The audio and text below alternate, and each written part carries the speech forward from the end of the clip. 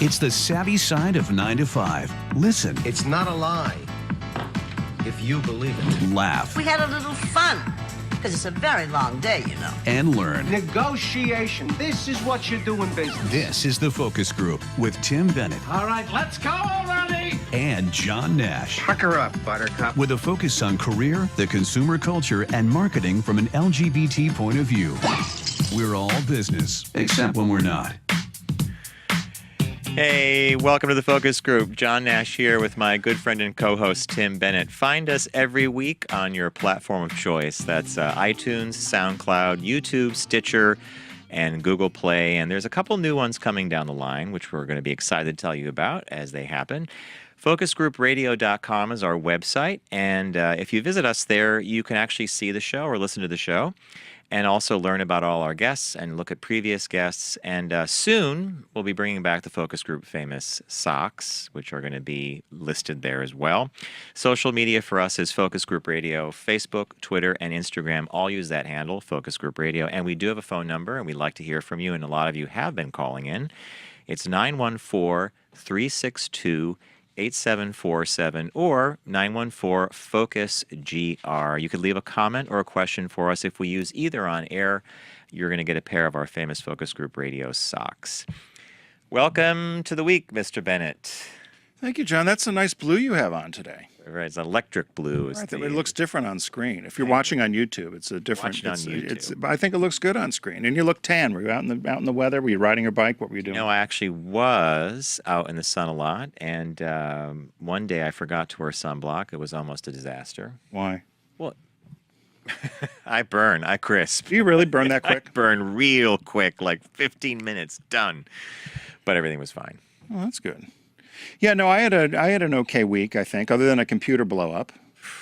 Which, hey, everybody watching or listening, you all know all of our lives are in these little little boxes now, and if something goes wrong with that box, and I'll say this, Tim and I both experienced laptop problems within the last 3 months. Interestingly, both the machines we had the problem with were bought almost at the same time, and I think they were bought in Delaware. Well, Atlanta tax-free shopping, where a lot of people go to buy their goods. Yep. But so I wonder if no, it can't be. It can't be seconds. I don't imagine that Apple says, "Hey, let's put that pallet has about 10 lemons in it. Put it into Delaware." Because the chance of you going back to that store is slim to none. Yeah, you just went there for tax-free. That's a good point. And in my case, Apple was able to replace my motherboard, which was causing the trouble, and under warranty. In your case, yours is a few months. To be decided.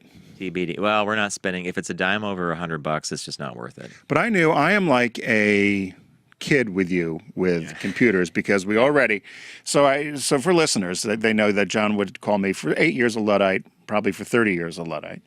But paper don't break. Paper don't break. Pencils don't break. So John I bring my computer up here to get rebooted or to get loaded. Yeah. And the first thing, exactly that. I just looked at this hard drive. I knew that I probably had too much on the desktop, by the way, I had too much music, or I didn't have things in the right folders. Well, you have 176 gigabytes of music. I don't know what that means. I've got a lot of music. I like music. That means you've got a lot of music. I mean, Don't you like music? But what do you have? You probably have a lot of animation. No, I put that on a separate hard drive. So here we go. So what am I supposed to do with all this music? You told me that I could not load up my iPod. So you had given me music years ago. And each time I've gotten a new computer, we've loaded the music in because I'm concerned of losing it. And I feel like I've got rid of all my CDs and everything is on that little computer. Well, it's all safe. Where's it going to go? Yeah, it's all safe. Where can I put it that I don't have to have it on the laptop? On a little hard drive. I don't know how to do No, that. it's kind of like... But then every time I want to listen to it, I got to plug in the hard drive? No, well, kind of. It's kind of like having a library. Let's say you're a book collector, and you don't have enough shelves for all your books. Well, they start ending up in boxes. They're in the garage. They're in the attic. They're dusty. They got spiders on them. But you got to take care of your books. So your data is like your books. You got to take care of your data. I know what Bob feels like on a daily basis.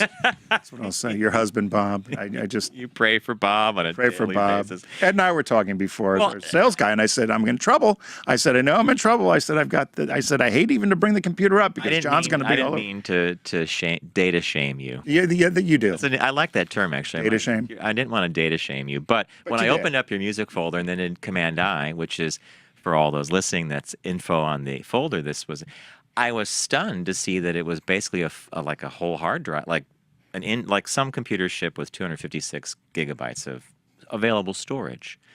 That your music library alone would use 3/4 to almost the entire storage capacity of a computer was surprising to me. You make it sound nice, but that's not how it went. It was, is this what you did with the carbon copying cloner? I was I was surprised. like, yeah, that's what we did on the phone. Yeah. Which is not like, oh, this is great, good. I'm glad you did this. I think, you're. Should I have a separate laptop for music? No. Hello, by the way, to our producers, John and Garrett. John and Garrett got a lot John out is of that. just who does our video. Just made a face. Garrett's been. I can't be smiling the all only one time. who's got 15,000 songs on a computer. I would ask either of them if they have 176 gigabytes of music. No, definitely not. You use Spotify or iTunes Music. I don't even have any music on my computer. No, this is iTunes. Well,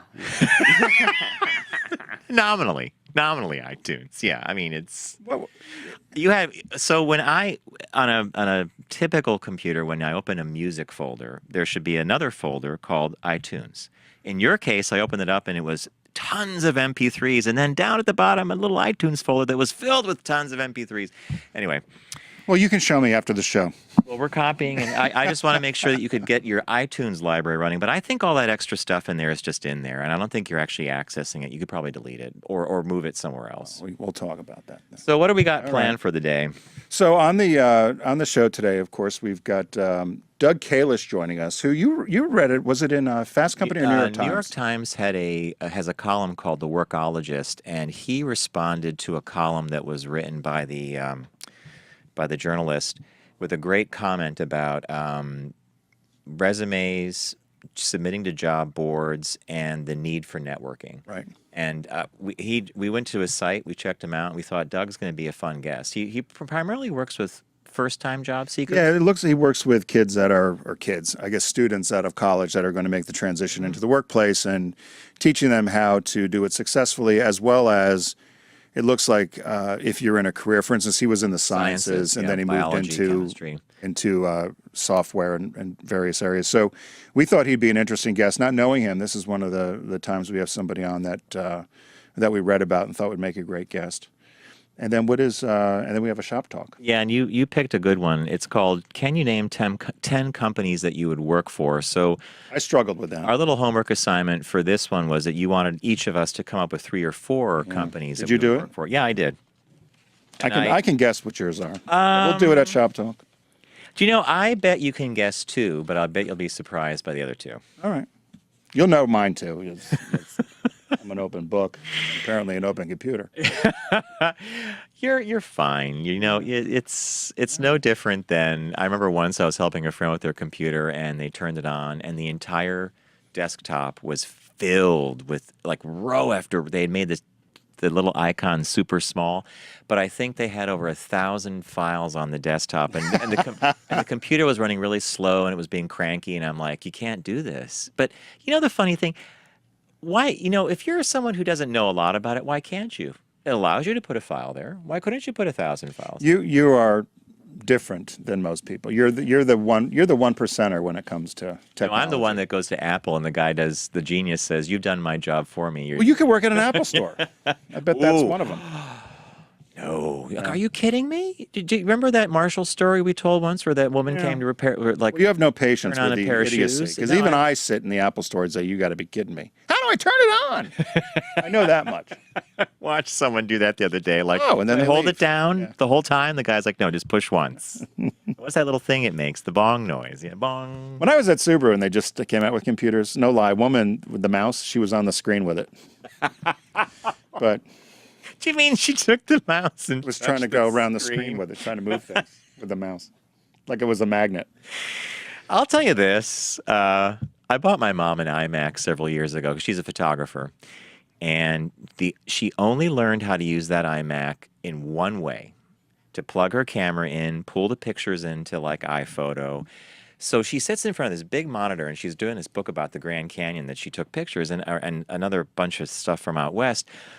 And I said, hey, why don't we figure out what part of the map this was taken on? And she goes, oh, I need my iPad for that. And so she swings in her chair and she gets her iPad. I'm like, no, Mom, you could use the web browser. She goes, the what? I said, that little thing down there. What is that? That compass thing. I said, that's the web browser. I said, so she goes, no, I do that little thing. She knew the picture. She goes, I do that on this. And She didn't want to lose her pictures. and she said to me, I don't want to lose this picture. I said, you're just looking at a representation. And I'm with your mom. And the more you start going down the rabbit hole on data, a 1 and a 0, the whole bit, you're like, okay. Yeah. So The idle days of summer when someone comes in with 176 gigabytes of music.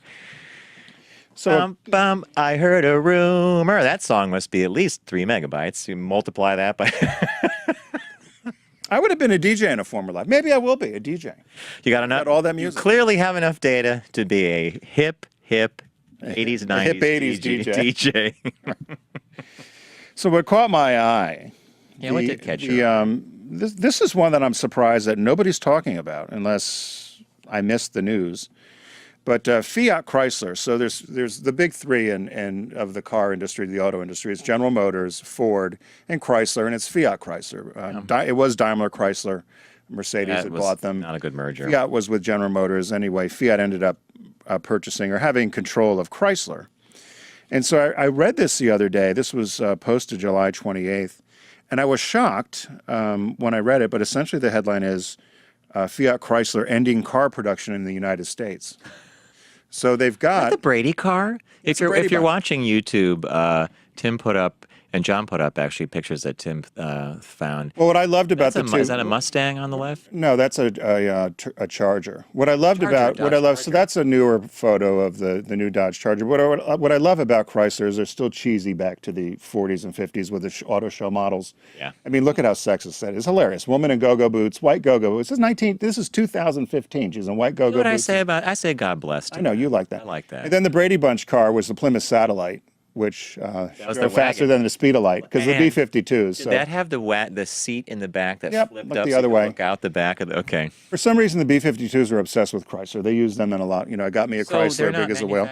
So they've decided they're not making any more cars in the U.S. because it's too expensive. No Detroit. So they're moving all production to Mexico and Canada, and they're going to. They're going like this. Which is what pushing it north and south. Which is what Mr. Trump is complaining about. So apparently he's going to be boycotting Fiat Chrysler. But so they said they're ending production because they can't get the profitability out of the plants that they need to do. And they said so what they're looking for is a margin of 12% or above, which is what Ford and General Motors are running out of their plants for profitability. I'm kind of surprised the margin is only 12%? Yeah. So what they've decided is they're going to move the production of autos to either Mexico or Canada, or they're going to find a partner to make them for them in the U.S., which would be a General Motors. Perhaps they approached them. It was public that they had talked to them. But they're going to switch all of their car plants over to Jeep and Ram pickup production. So Jeep products and Ram pickups because they're able, in the SUVs, they're able to make money on that right now while it's low gas prices and SUVs are popular. I think it's short-sighted. They're investing over $2 billion in tooling to retool all these auto plants to make SUVs. And they also said the other part of the issue was what do you think the average auto worker makes that's on the assembly line an hour? They just renegotiated their contract. Way off by saying, is it $14 to $16 an hour? Higher. 24? Higher. No way. Seriously? Like 29. It's going to be it's moving up to 20. Right now it's $19, about $20 an hour. Moving forward in the next 5 to 8 years, it'll be up to $29 per hour. So they said they just can't afford to make cars in the U.S. It's not profitable. So I thought that was interesting because I thought that's a pretty big deal when an auto brand says they're not going to make cars here. I don't know. That's why it caught my eye. As I read the headline, I thought, is it The Onion? What's going on? But no one's talking about it. None of the candidates are talking about it. They were both in Michigan this week. So I thought when you brought up Fiat Chrysler, I thought for sure you were going to note that the family of Anton Yelchin, the young actor that plays Chekhov, that was killed by the Jeep rolled on him. Yeah, that neutral park problem. They're now suing Fiat Chrysler over that.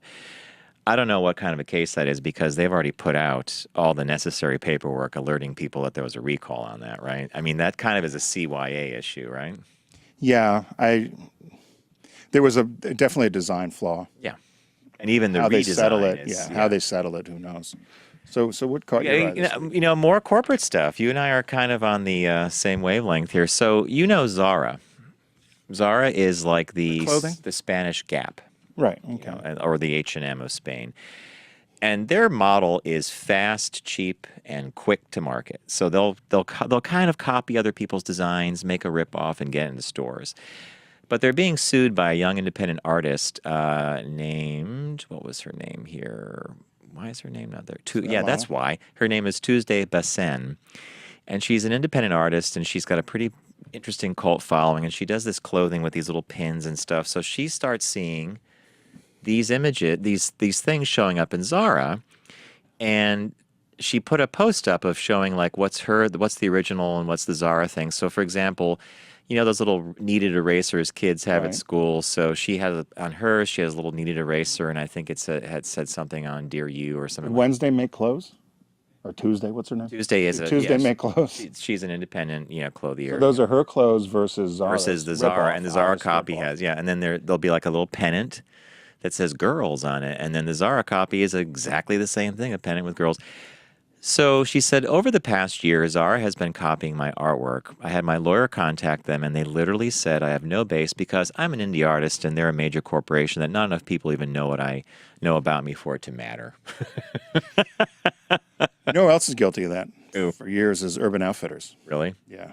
Of taking designs or taking other people's designs or borrowing what they've seen. And they say, the lawyers for Zara say, we reject your claims here for reasons similar to those already stated above. The lack of distinctiveness of your client's purported designs makes it very hard to see how a significant part of the population anywhere in the world would associate the signs with Tuesday Bassen. Where are they? Is this European? Zara is a Spanish company, yeah. I wonder where she's from.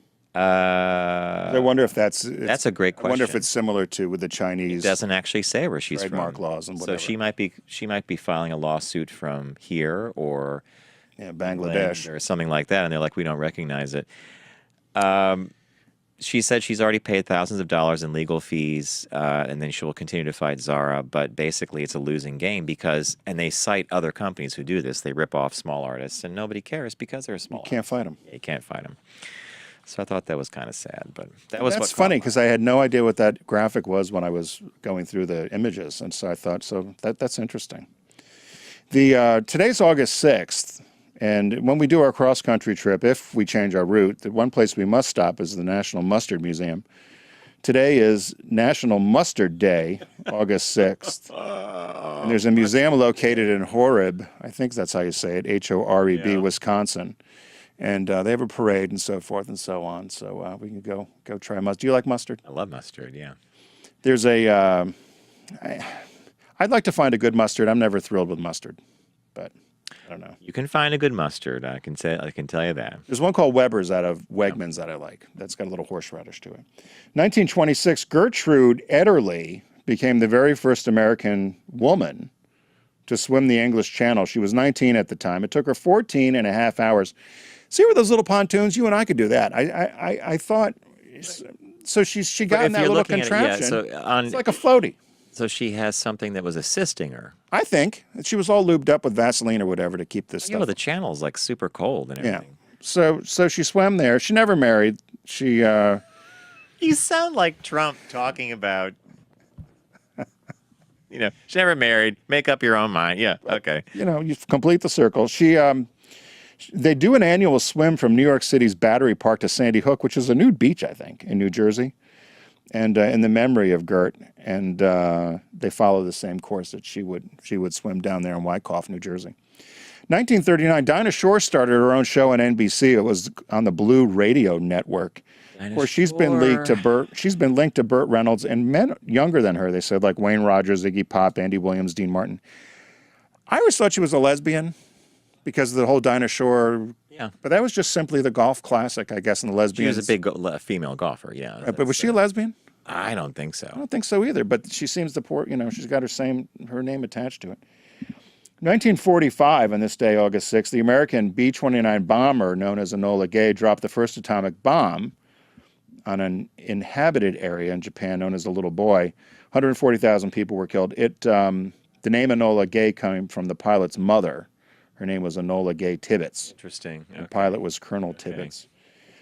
1960, Chubby Checker performed the twist on American TV for the first time. He lost a bunch of weight doing that. It was pretty heavy, and he was doing so many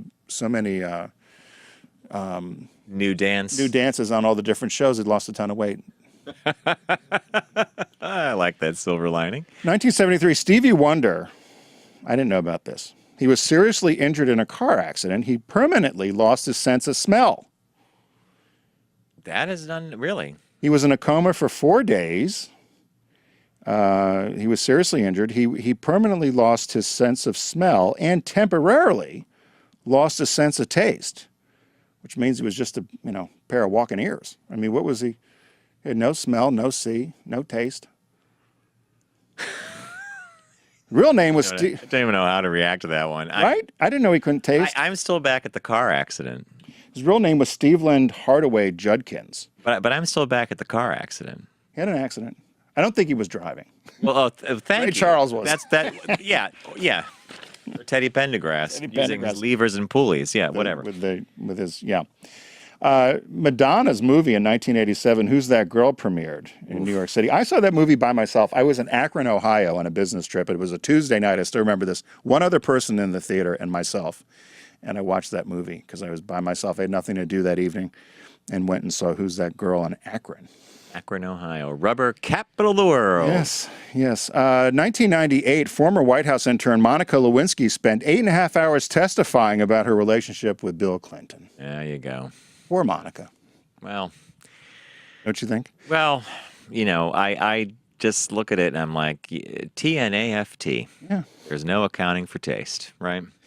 And in 1998, the last episode of Magic Johnson's talk show, The Magic Hour, aired. I don't even remember him having a talk show. Sorry you missed it. The musical guests were Boyz II Men, Simply Red, Mary J. Blige, and Hanson. Oh, my God. Sorry you missed it.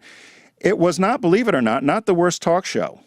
Do you know who the worst talk show in history is? They've said it only lasted 4 months. Only lasted 4 weeks from September 93 to October 93. Very popular comic. He had Chevy Chase. I don't think of him as a talk show guy. If you YouTube the show with, it's so bad and such a train wreck. It's not funny. It's uncomfortable.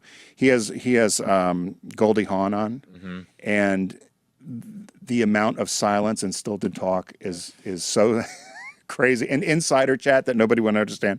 You can YouTube it. It's over there. But that was known as the biggest fiasco in late night TV. So that was our week in history. What happened in science? Now it's time for alternate learning. I'm not gonna say anymore that it's the science, it's the learning part of the show because we learn during weekend. You learn that Stevie can't taste and that or smell, and he can't drive. He shouldn't be driving. You can make bad food and fart entirely. All right, so the week of August 6th, on Saturday, August 6th, which was Mustard Day. Mustard Day, yeah. I wonder if the last meal of William Kemmler was anything to do with mustard. He was the first person killed in an electric chair. 1890. What did he do? Steal a pack of gum? No, he murdered a woman with an axe. Oh. Slightly different than stealing a pack of Wrigley's or even a strip of Wrigley's. It looks like a desk chair with just... With it, well, yes, and in fact, it's cheesy. I think there's a image there that might be the real one. Wow. It's just like a wooden chair with all those straps on it. So it didn't go very well. It never does. State had legalized death by electricity on June 4th, 1888. Thomas Edison was a big supporter of this because he was trying to get Nikola Tesla. He was trying to tell people that alternating current was dangerous. Power of electric. Exactly. The execution was botched. The first shock lasted only 17 seconds. As the body appeared to move, a much longer second jolt was given until it produced a smell of burning flesh. Yeah, who wanted to be in the gallery for that one? Okay, on to brighter things, the week in science. On Sunday, August 7th. Do you remember the name Kon-Tiki? Do you remember learning this in school at all? Yeah, wasn't that a rat? It was a rat with an F, a raft. Yeah, it was a raft. Kon-Tiki. Or was that Ricky Tikki Tavi? Same thing. I don't know what TV you were watching, but We only had 3 channels. I know. Well, you had UHF, ABC, or NBC. We didn't get whichever. ABC. Yeah, okay. So anyway, in 1947, and that's what surprised me about this was the time frame. Thor Heyerdahl. You remember Thor Heyerdahl? You learned about him in school. He was an explorer. And he built a raft out of balsa wood, and he crossed the Pacific, made a 4,000-mile journey until he crashed into a reef in the Pacific Island. And that's Kon-Tiki. He proved that earlier South Americans or people from around the world could in fact build vessels that were capable of traveling across the ocean. It wasn't just like you had to have a Mayflower or a galleon from Big Spain ship. or something. Yeah. So that was Kon-Tiki. And then lastly, How did you find that? where the hell did you find? Right next to the electric chair. Where do you think I found it? Electric chair, You asked me Kon-Tiki. where I find my stuff. I mean, Yeah, I have to. By the way, I have to look far and wide for some of this stuff. This last one is kind of a cool one. It's called the planetary conjunction, and in 3 BC, the planets Jupiter and Venus aligned so closely to the naked eye that scientists believe that this is what people thought of as the Star of Bethlehem. It was so bright. So these two planets planets are normally brighter than stars in the night sky. They were so close optically that it looked like a really, really bright star. And it was Venus and Jupiter. And they called it a morning star. And it appeared 10 days later or 10 months later of the same year in almost the same position, which was recorded by ancient man. does it happen anymore? They do happen, but they're not. They're sort of rare based on the orbits of the planets. It happened again in 2 BC, so it does seem to happen every 2,000 years. one. Well, I don't know about I that. try to watch these science shows with these planets, and I turn it right off.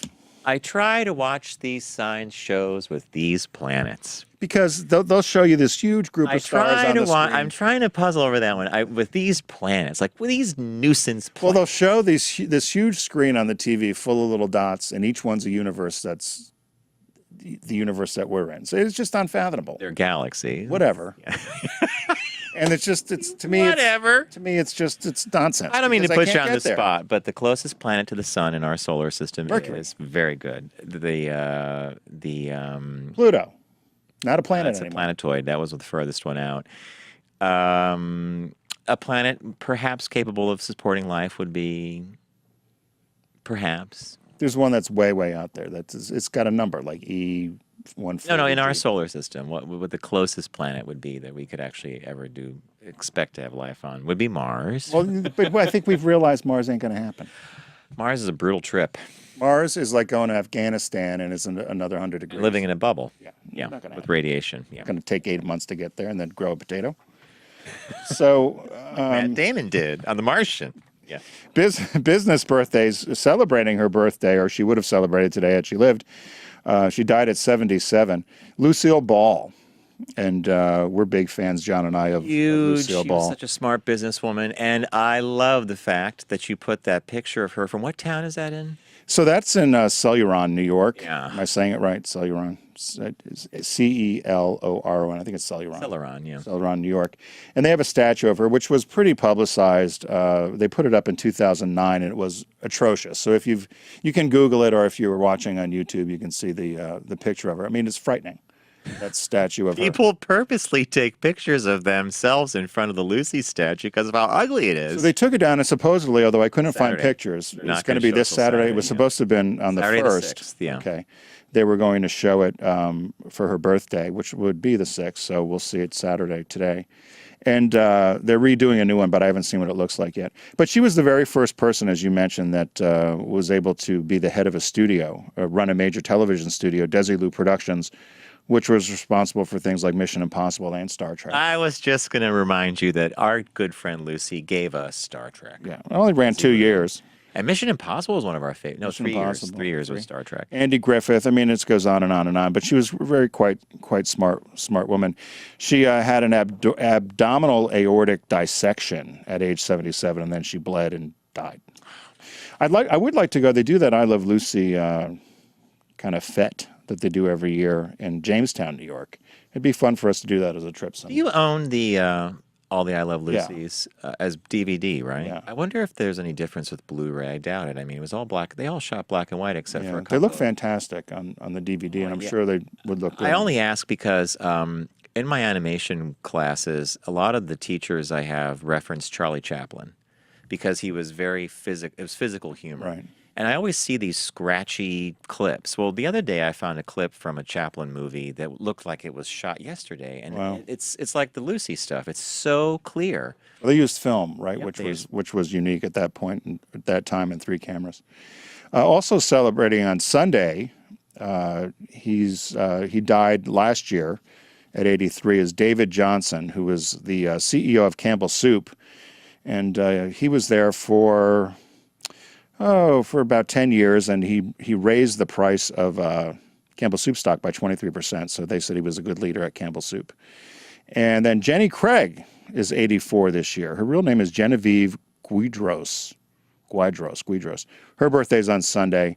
She was born in Louisiana. She is the, obviously, American weight loss guru, which she and her husband What is that? Is that Kim founded, Jong-un? Or Jenny Craig. So I decided, similar to, Seinfeld always had a reference to Superman in every show. Yeah, Superman's either there or Superman's on the desk or Superman's the on doll. Yeah, it was on the shelf or something. Yeah. We love Kim Jong-un. So as I was looking for a picture of Jenny Craig, I found one that said, "What do you mean I can't eat Jenny Craig?" So I thought we've got to show him. Nothing to do with her birthday. What do you mean I can't eat Jenny Craig? Boy, he looks thinner then. Yeah, well, he was just starting. Yeah. So It's pre-stress eating for Kim Jong-un. So that was our business birthdays. Hey, it's Tim Bennett with John Ash. We're going to take a quick break. When we come back, we're going to welcome Doug Kalish to the focus group and talk about career and talk to him about his creation, DougsGuides. So stay with us.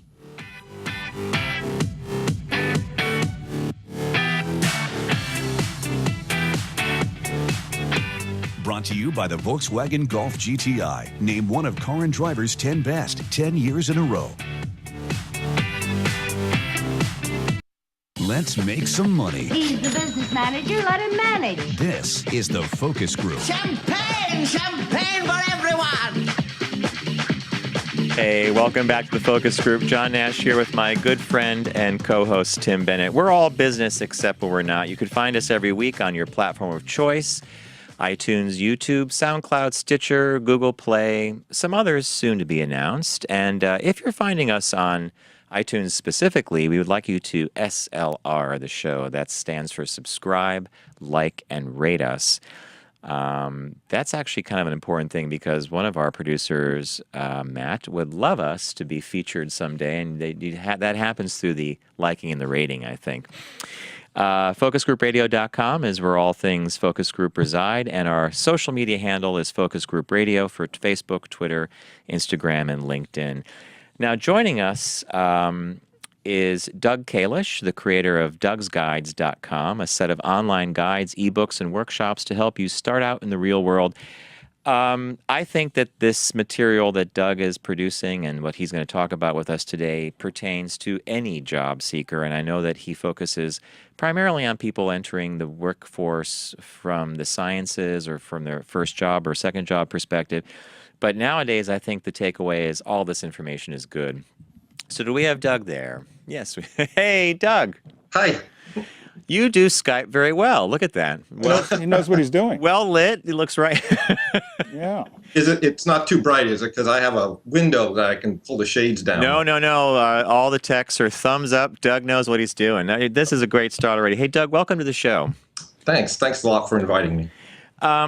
We found you, and I hope everybody else discovers you, after I read your excellent comment on the Workologist column from the New York Times, where you stated a very interesting fact that if someone spends 3 hours a week or whatever their job search time block is on working with online sites, you recommend 6 to 9 hours, or I think 6 was the minimum, of networking to help that process along.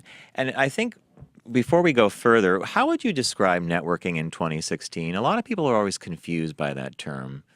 Well, there's a lot of different ways to do it now. I mean, one of the primary mechanisms is really LinkedIn, for example, which every single job seeker needs to be on. There is just no excuse. If you're looking for a job, you must be on LinkedIn and you must have a profile, and you must keep it up to date. The way in which you can use LinkedIn is, by looking for people who are one or two people away from you who are in interesting careers or at interesting companies, and it gives you a way to kind of contact them. But there's also no substitute for one-on-one networking, and that means going out to conferences or being on campus groups, being in campus groups, and just getting to know people and extending the number of people that you know as large as you can. Hey Doug, this is Tim. Quick question for you regarding to LinkedIn. Should you accept every request when somebody wants to connect with you on LinkedIn? There's been some debate about that as to whether if they're not in your profession, perhaps maybe you shouldn't, or you should just let everybody be a connection. Do you have a point of view on that? Yeah, I do. And it's funny to me because it's this controversial thing that I get asked, every time I do a workshop. For me, I accept every request because you can always block somebody who's being, offensive or who's just a jerk. I mean, I accepted one request and every one of his posts was in Arabic, and that did nothing for me. So, I just eventually blocked him. But I don't see any reason not to accept every request. Now, if you're a public figure, then you may just get too many requests for you to handle. I've also had professors tell me that I just can't stand that all the students in my class want to be connections on LinkedIn, and I just don't have the time. I think that's a mistake. I think that these professors really ought to be following their students' careers, and they may, in fact, either be able to help their students or be helped by their students as they advance in their careers. So I believe that more is better in terms of LinkedIn connections. Doug, one of the things that I was reading your bio, and as I was looking through Doug's guides, this is a line that Tim and I would agree with. Tim's on the Alumni Association of his college. College doesn't really prepare you for the real world, and it doesn't give you the tools you need to be successful in business. And then I'd like to kind of connect that thought to your career and to probably many people's careers now that we're in a very different age, and a planned career versus one that was more opportunity-based. So Right. Could you speak to those thoughts? Sure. I don't believe there's any such thing as a planned career anymore. What you need to do in college is to get as broad experiences as you possibly can to, and I'm not talking about just, hard skills like learning to use a spreadsheet or writing well, but I mean going out there and just getting as many experiences, taking classes in subjects you'd never thought that you would be interested in, because the statistics are now that millennials graduating from college will have somewhere between 7 and 10 careers. Now, that's not jobs, okay? That's careers. And I think, what you were referring to is I changed careers about 5 or 6 times. I've actually lost count. I began as an academic. I really wanted to be an academic biologist. And when I got to graduate school, I decided I really didn't like academia that much. I mean, it's a great career for some people, but not for me. And I went into information technology, and I'll make this story short because it's fairly long. And I was at a company that got acquired by Price Waterhouse. And suddenly I was an IT guy who was in an accounting firm. And I spent several years helping Price Waterhouse develop software for auditing, and I had to learn all about auditing and all about accounting. It was the last thing I ever thought that I would do. I never considered such a thing, and it turned out that the challenges that auditors face in auditing a large multinational company are actually fascinating. And I really got into it, and learning what the mechanisms of audit are and what the theory behind audits are. So I just ask people, you've got to be prepared and you've got to be flexible. And this nonsense about trying to find your passion and pursuing that, most students, most people in college, even several years out of college, haven't the slightest idea of what their passion is, and they haven't experienced enough experience. They haven't had enough experiences to know what those passions might be.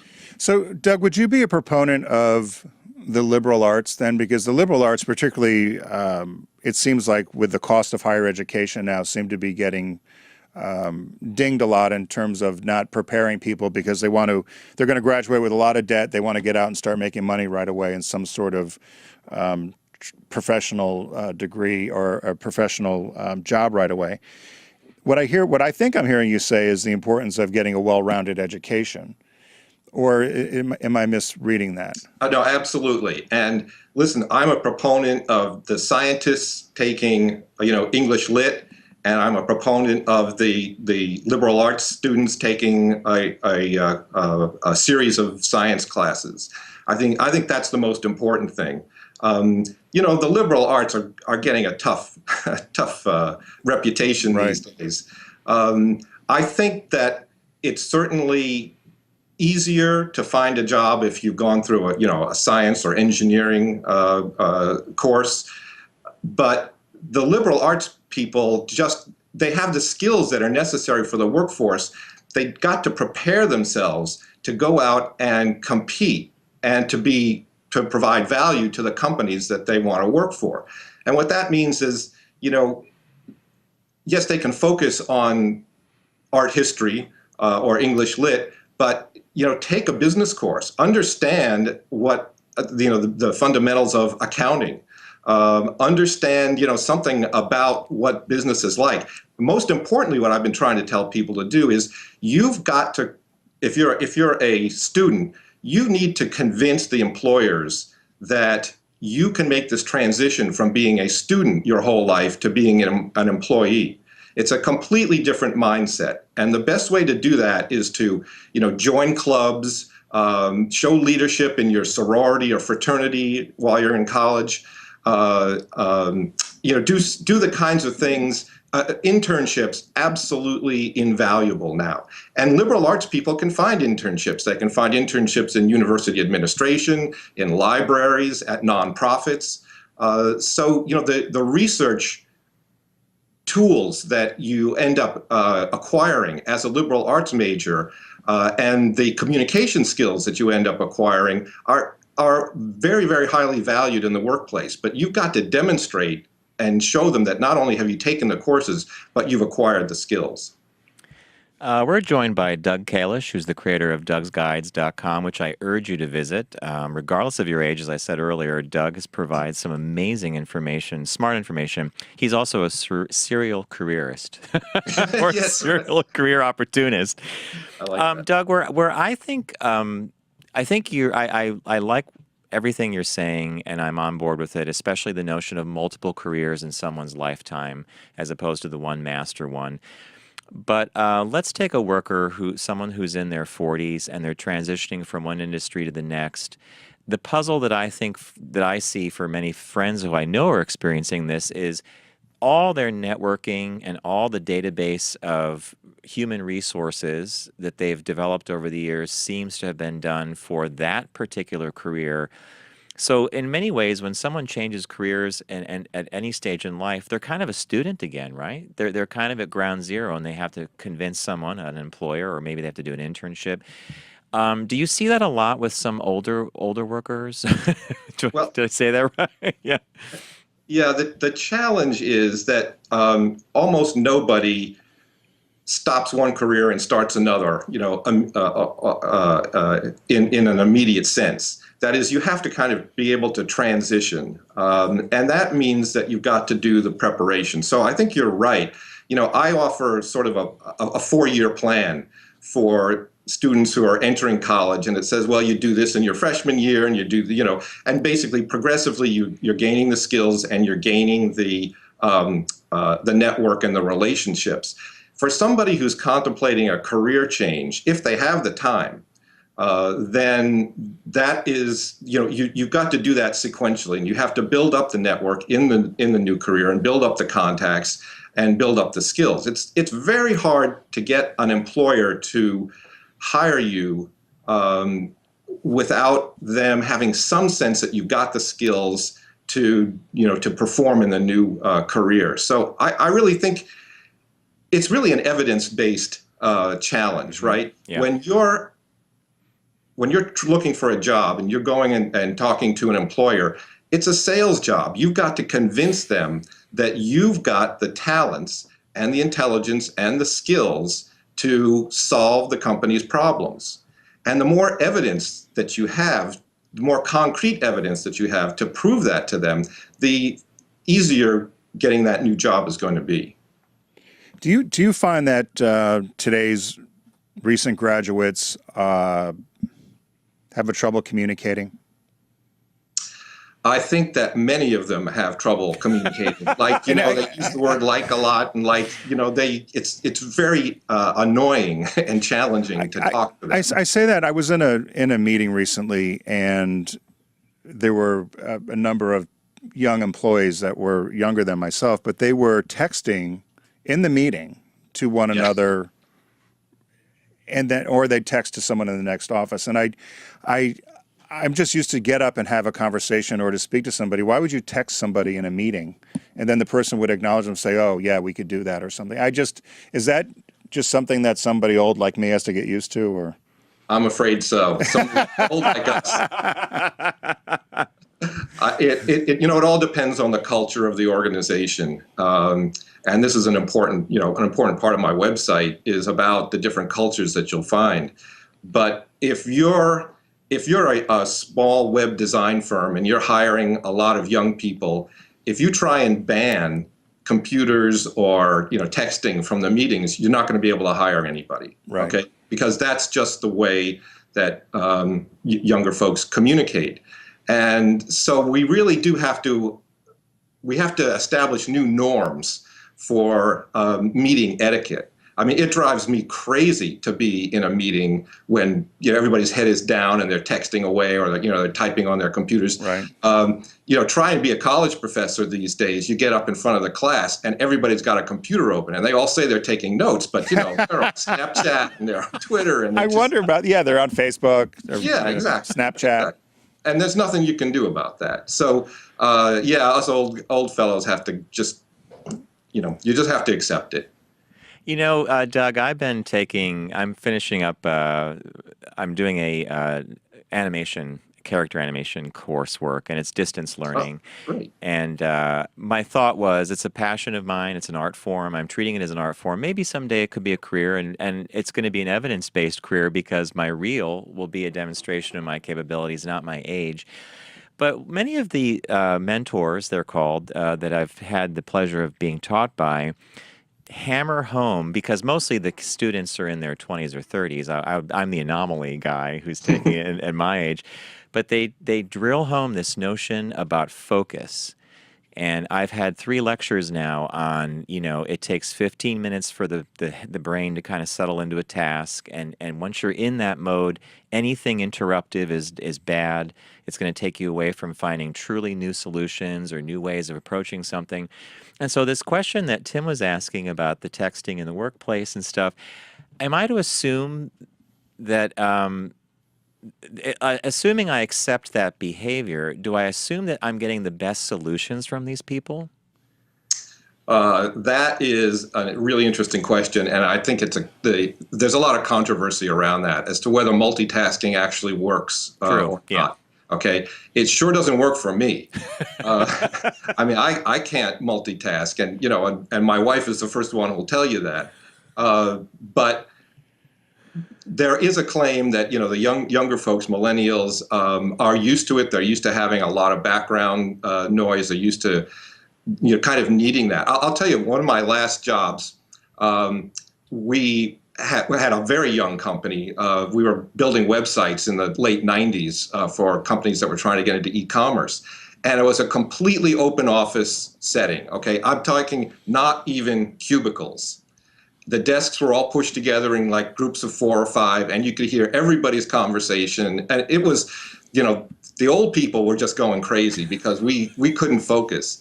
And the young folks, they put their headphones on, and they really had no problem. And in fact, they liked the energy of the room. So I think focus is a challenge. I don't know whether, I think it's a very individual thing, and that some people can work in an environment like that and others can't. But I just wanted to circle around and say, congratulations to you for taking this online class, because for somebody who is contemplating a new career, what better thing could you do? And with a low risk than going and taking, a MOOC or an online class to see whether you actually like this subject, whether you're good at it. And as you say, at the end of it, you've got a portfolio. You've got something that you can actually show for it. And so it's hard to maintain that level of curiosity and energy as you age into your career. But the people who are willing to extend their skills and pursue that curiosity, I think, are the ones who are ultimately going to be successful. Yeah, I think I'm like many people. I'm under the impression and now the actual fact that we'll probably be working till 70 something. So I got many more productive years, and I think it would be fun. And Doug, I'm glad you brought that up. The distance learning thing, the equation was partially an economic one. It was the best school I could find, but my instructor's in Durango, Colorado. Some of the students are in Spain, and it's just a very cool way of learning. And it's uniquely geared for that because most of animation is a very quiet process. You're in front of a sketchbook or the computer, and when you do have a Q&A with your instructor, everybody asks really smart and fun questions. I will say, and as a professor and as an educator yourself, and I bring this up with Tim all the time. Tim will say to me, "How was your class today?" And I'll say it was fantastic. It was a great lecture, but I'm the only one asking questions. Why don't people ask questions? Because you're an old man, and you appreciate what it is. You have a guy, my instructor currently worked on the first Toy Story, Bug's Life. I mean, brilliant animator. Why not pick his brain? I'd be asking him questions the whole time, but... But don't you think part of it's because of the independence, and you're doing it different than maybe somebody who's younger? And that goes back to what Doug was saying about experiences and about what you appreciate and how you're managing or how you're deciding what's going to be important to learn versus just doing something to do it. I wonder if there's a correlation between students who had no problem holding up their hand and asking the instructor or yourself, could you clarify this point, versus the ones that just sit there quietly because they're either shy, they're afraid to... I don't believe in a wrong question. There's wrong answers, but I don't believe in wrong questions. Do you encounter that a lot when you teach? Oh, yeah. I mean, in workshops, I've done workshops from, between 10 to 300 people. And even in the largest workshops, there's a core of, 10% of the class. Actually, it's lower than that. It's probably closer to 3 or 4% of the class who ask 90% of the questions. And that's just sort of the way things go. There's also a difference, between adults and younger folks. Sorry about this. It's your phone. Listen, President's calling. President Obama. Could you imagine if the White House? The White House calling. Hold on a minute. Yeah, I'm on an interview. Tell Obama to wait. Right. So there's a core of about 10% of the people that ask 90% of the questions. Right. And also, us older folks, again, tend to be much less patient when we're in classes. And if we don't understand what's going on, we really, really feel that, we don't want our time wasted. And we raise our hands and say, look, either what you're saying is complete nonsense or I just don't understand it. But this is a well-documented fact of adult learning. When you're talking to an older audience and you're teaching to an older audience, you have to be prepared to just, open it up to questions, go off topic, let them set the agenda. it's very, very hard to get an older audience to follow you step by step in a linear way. That's a great point. Yeah, it is. One more quick question before we let you go. John and I have been asked this question a number of times. Do you believe in people tailoring their resumes based upon the position, or should you just have one rock solid resume? Oh, no, there's no question at all on that. You have to tailor the resume for every single position. Okay. And I know it sounds really hard, but again, your resume is your strongest argument. Okay. And that means you look at what the company, look at the job posting, and then try and figure out what problem is this company trying to solve by hiring a person into this position. And then you've got to go in your resume and say, all right, here's what the company wants, and here's the things that they lack, and here is how I am going to solve the problems. Here's how I'm going to fill the needs that the company has. And it really means, there's no question at all about this, that the resume and the cover letter have to be customized. I'll tell you, I go to a lot of conventions and meetings, and there are panelists of recruiters. Somebody raised their hand and asked, how long do you spend looking at each resume? Okay, and these are people from Microsoft and from Facebook and, all big Silicon Valley companies. And the answer was, can I guess? 5 and 10 seconds. Okay. 5 and I was going to say 30 seconds. You were going to say 30 seconds? No. Yeah. They did claim that they look at every resume that comes across their desk, but they spend between 5 and 10 seconds per resume. And if there's something there that's interesting, they'll stop and read the cover letter. This is another. Do you think it's based upon where they went to college or job title? Because 5 seconds is one. Right. John Smith, Harvard. It's 5 seconds means, first of all, does the resume make a good impression? Can I read it? If you have to decipher the resume, it just goes in the garbage. But then they're looking again for experience, a little bit of schooling, but that depends a lot on the company. But they are just looking, what is going to pop out of this resume that is going to make me want to stop and pursue this a little bit further. But let me just make one other point, because this is why online job applications is such a bad idea, right? You don't want to be one of those resumes that gets looked at for 5 or 10 seconds. What you want is for somebody down the hall to come in and say, oh, I know we're looking for a research assistant 1. I know this great girl, and she's been fantastic. I've known her for several years. I think she's got exactly the skills. Here's her resume. The best way to get a job these days, and that quote from the New York Times was from the Bureau of Labor Statistics that said 70% of all hires today are either recommendations or already known to the company. And that's why, as we opened up this, that's why I say you can't keep people from submitting applications online. You just can't, because it's so easy, and people feel really good. Oh, I applied to 10 jobs today. I feel really great. And I say to them, look, I know I can't stop you from doing that, but for every 3 hours that you spend online applying to jobs, you got to spend 7 hours networking, because 70% of the jobs are recommendations. And there's just no, the people who get jobs by submitting applications online are unbelievably lucky. Powerball. I was going to say they should buy Powerball, because I have a good friend that she used to post jobs on Monster or some of the job boards, but they'd post the job for 5 minutes, maybe 10 minutes, and take it down because they would be inundated. And so many people, it's so easy to just send. Yeah. So no, that's a very good point. I think a real key point. The networking piece is such a key point. It's could you tell us how people can contact you or learn more about you, what your website is, and how to follow you and so forth? It's real simple. It's just www.DougsGuides.com. DOUG. Right, DougsGuides.com.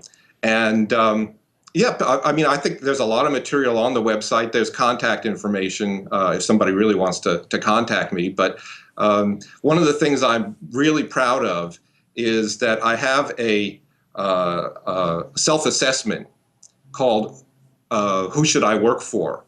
And if you Google, if you go to Google and search on "Who Should I Work For?", my website comes up in the #1 position. Wow. Well, good for you. That's our next segment, I think, is John and I are talking something about that. And it's funny because I wrote down problem solver on mine. So you must have read my notes, Doug. Hey, it's Tim Bennett and John Nash. We want to thank Doug Kalish from DougsGuides for joining us today. You'll have to come back and spend some time with us again and share some of your information. It's fantastic. So thanks for joining us today. Thank you, Doug. I'd love to do that. Thanks, guys. Thank you. It's Tim Bennett here with my good friend and co-host John Nash. We're going to take a quick break. When we come back, we've got Shop Talk, and I think Shop Talk, you and I are going to pick 3 to 5 companies we'd like to work for. So stay with us. We'll be right back.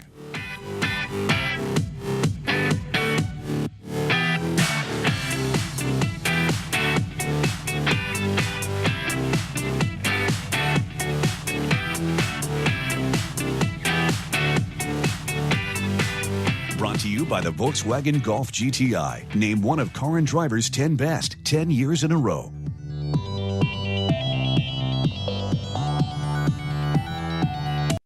You're listening to The Focus Group. I said to my girlfriend just the other day, monsters are interesting, I said. With Tim Bennett and John Nash. And I'll bet you meet a lot of interesting people, too. Okay. Hey, welcome back to the Focus Group. John Nash here with my good friend and co-host Tim Bennett. Find us on your platform of choice. That could be YouTube, it could be iTunes, SoundCloud, Stitcher, Google Play. And if you do find us, we ask you to subscribe, like, and rate the show. And if you want more information about us or where to find all the media and the links to all the platforms we're at, focusgroupradio.com is the place to go. And for social media, it's Focus Group Radio for Facebook, Twitter, Instagram, and LinkedIn. Okay, we want to thank Doug Kalish again for coming on. Some great information about, I think I know that DougsGuides is geared towards first-time job seekers, but again, if everybody goes through 4 or 5 careers in their lifetime, you're always going to be a first-time job seeker if you switch your career. So I think it's very valuable. Yeah, and I think we were the first generation that was able to make the transition because I know when I left my first job, my parents were petrified. Why would you leave that company? Such a solid company, ... But a lot of people moved along, although you got out of the corporate grind pretty quick. So fast, it was an eye blink, right? Yeah, well, and then I created companies and had the headache of being a company owner. So that was... So Tim found a fun Shop Talk topic called Can You Name 10 Companies You'd Work For? And this is kind of in the spirit of what we were talking about with Doug, where if you are thinking of a career change or even just a lateral move, it sometimes is a very useful thing to construct a plan to actually work for a favorite company, right? And meet people from them, like, LinkedIn, do a bunch of, networking. What I found odd about the article, which I didn't like, is, and they talked about the importance of networking, and I don't know if you picked this up as well, but there was a point here where they said you should interview at one of your side companies. So say you're working at ExxonMobil. We'll just use that. Yeah, so you would go to like BP or... I'm going to go talk to BP and Chevron and da-da-da-da. What I didn't understand, I thought this was odd because I felt, A, you're either wasting their time. What job are you going to talk to them about? People just don't have you come in to chat about a job. So there's a difference between networking and interviewing, and I thought industries are so small. Yeah, I know even that would get around. Even in the auto industry, people would not come to the headquarters offices because you would see the different car with the manufacturer's plate. And if somebody showed up at Subaru when I was there with a manufacturer's tag from Nissan or something, the phones within seconds you knew who was in the building, who was interviewing and what position it was going to be for. So I circled that same thing. Yeah, as well. I thought that one. I disagreed with that. I think that it's important to network and have a list of companies you might want to work for. This networking thing, could we like I talked with, I asked Doug that same question. I think the word scares people. And I think it summons up this notion of business cards and Rolodexes and very formalized ways of meeting people. But to me, networking is just letting your friends know, and the friends That's where you start. know that you might be on the market or you're interested in a different career. And I think it's as simple as that. You're at a party. Hey, how you doing? Well, I like what I do. I don't like where I'm at, but I'd like a change. Oh, I'll keep my eyes open for. I mean, a friend of mine just asked me last night. He said, no big deal, but I'm thinking of this down the road. Keep it in the back of your mind. I immediately thought of 3 people he should speak to that would get him in that direction. So again, that network, I just hate that. I'm almost thinking that word is not the appropriate word for what we're looking to do. Well, yeah, because it reminds you of the old networking cocktail parties after work where everybody's got their business cards and throwing them around. Nobody's looking at them, and you're just collecting bar cards. It's all exactly. And so I get that piece, but I know when I was going to make a change or whatever, I set up a bunch of lunches or coffees. It doesn't have to be a meal. You can go have a cup of. You can always. I think it's so when it's emphasized that it's a coffee break. Cup of coffee and just say, hey, here's what's going on, and you're not asking for a job. But the toughest thing for anybody to do for ego is to say, I'm looking for something, and I'm guilty of it. I'm sure you're guilty of it. If you said you were looking for a position, you're not guilty of that. You don't get what you You don't ask. You don't get what you don't ask for. Well, And a friend says to me, I really just is. Hey, look, you and I know a couple people who have moved through jobs pretty quickly in the last 2 years, and those folks have no hesitancy. I want to do something else. I don't like where I'm at. I hate this managing partner or something. Right. I'm like, the candor is what I like. It's like, yeah, okay, you do it. I see. I don't think you're that. I don't think you ask all the time. You think you do?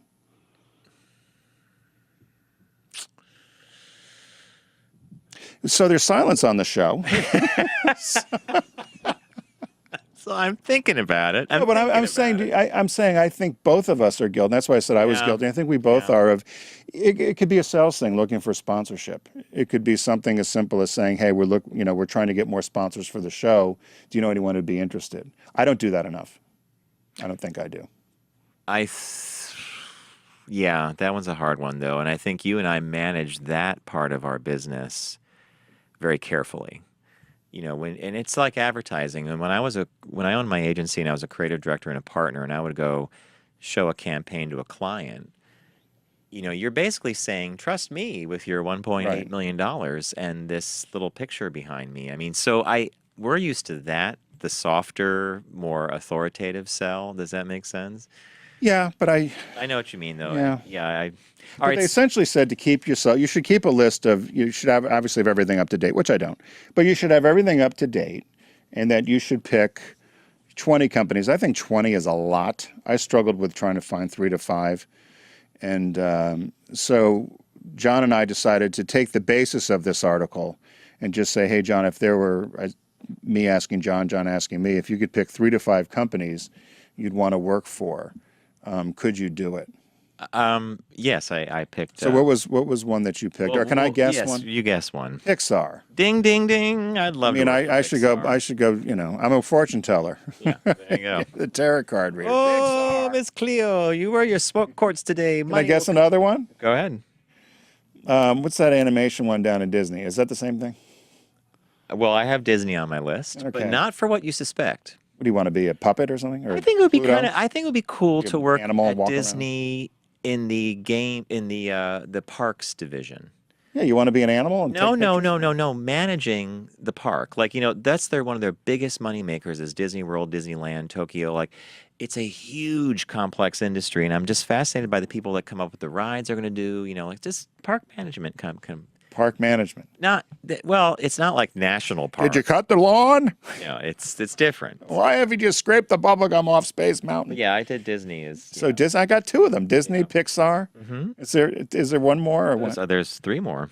You already told me no to Apple. No to Apple. I would not work at Apple, no. Love their products, but we've heard too many inside stories of craziness there. A bike company. Trek Bikes or Trek Travel, yeah. I think it would be cool because Trek Bikes is one thing, but Trek Travel is a really cool new brand that they started hooking up cyclists with great vacations. I can't believe I'm 3 for 3. Where would you have? So let me ask you this then. Okay, at Trek.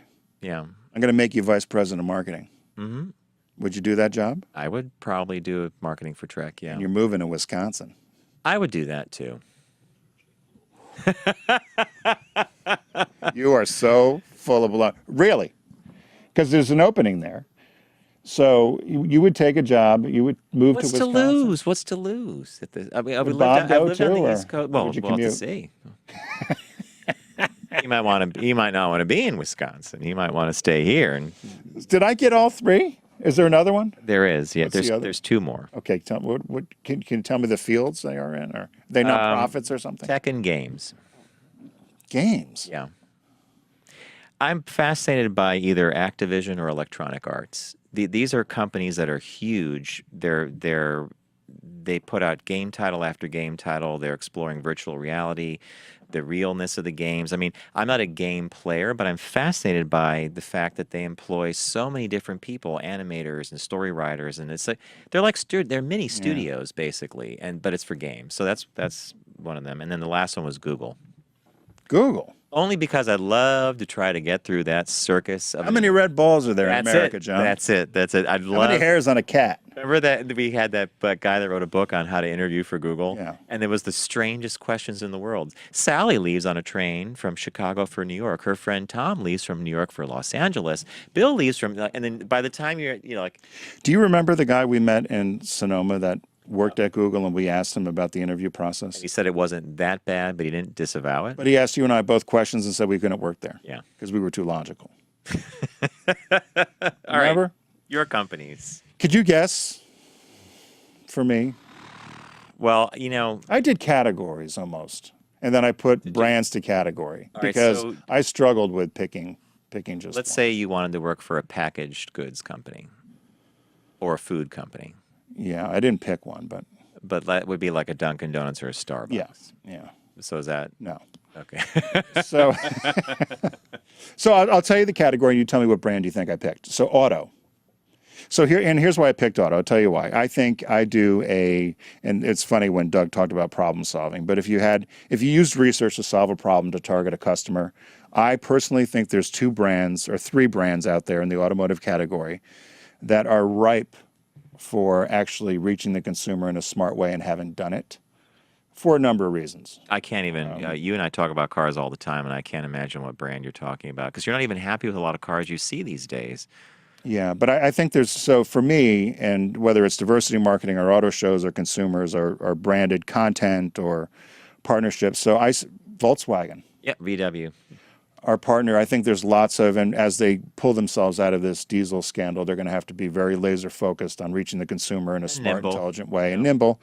And I think that would be one. That was where- actually I was going to guess that, but I thought it was too obvious since they're a partner of ours. Yeah. And then, can you guess another one? Another auto brand. Yeah. I don't. Who makes the not Jeep? Jeep. Oh, Yep, okay. Jeep is listed there unless you can read it. So I picked Jeep because I think emotionally it's a good product, but I don't think their advertising is there, nor do I think their marketing is.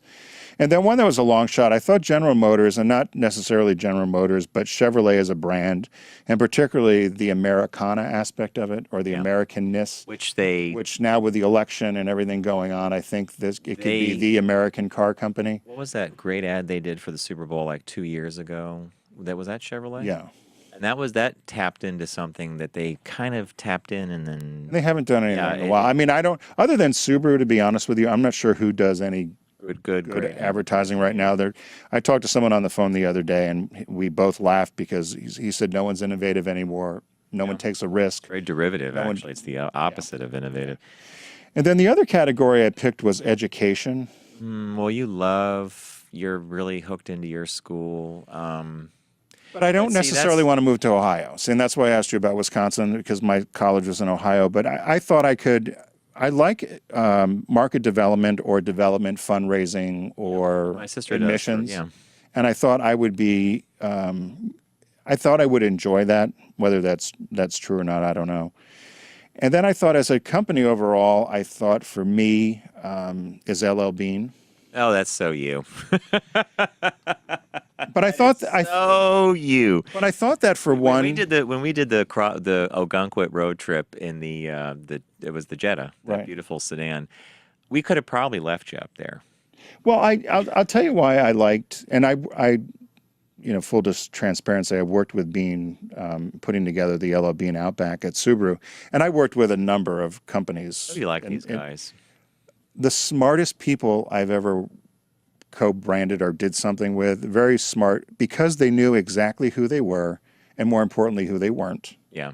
And they also knew who their consumer was and who their consumer was not. And so they got all that baloney out of the way and then could actually do good marketing or do good work. Agree. And so many people fumble around with, who are we talking to? What are we doing? What products are we selling? They were smart enough to know, here's the products that work for us. Here's what our brand identity is. Here's our wheelhouse, and stay within those confines and grow organically with things that make sense and not just grow to grow. So I thought that as they're smart folks. Super nice, fun people that you would want to be with every day, right? And a great environment too.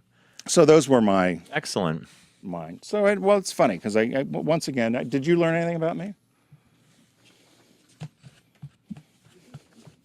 Silence on the show. I learned you want to be a park manager. Dutch Wonderland's looking for help, and that's not that far away. You can go right into Central PA. What? Screw Dutch Wonderland. Go to Bry Playland. There's Playland. There's the Sesame. Quashi's looking for someone to run the Wild Mouse. All aboard! Yeah. What's the Sesame? All There's aboard. something Who's Ozzy Sesame Osbourne? Land or All something off aboard 95. the crazy train. Yeah. What is that place? There's some place off 95 on the way between Philly and New York. Sesame Land? Yeah, it's either that. Yeah, I think it might be Sesame Street Park or I forget. something. It's Yeah. a horrible name. Be Anyway. Elmo, sweating under an Elmo costume. In a parking lot. Look at me, my new career, yay! So, Yeah, all right. Elmo touched a kid again. Oh God. boy, Here we go. We're I've gonna had call that police. problem. He's on parole. So, hey, thanks for joining us today. It's Tim Bennett with John Nash. We're here every week on the Focus Group. Be sure to follow along with us on your platform of choice. To learn where to find us, be sure to go to focusgroupradio.com. All our social media is also branded there as well. Have a great week.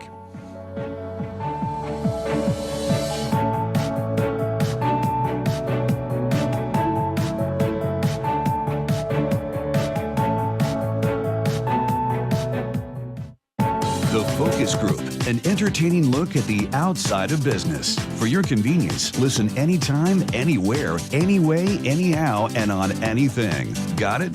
Head over to focusgroupradio.com and pick your poison. We're all business, except when we're not.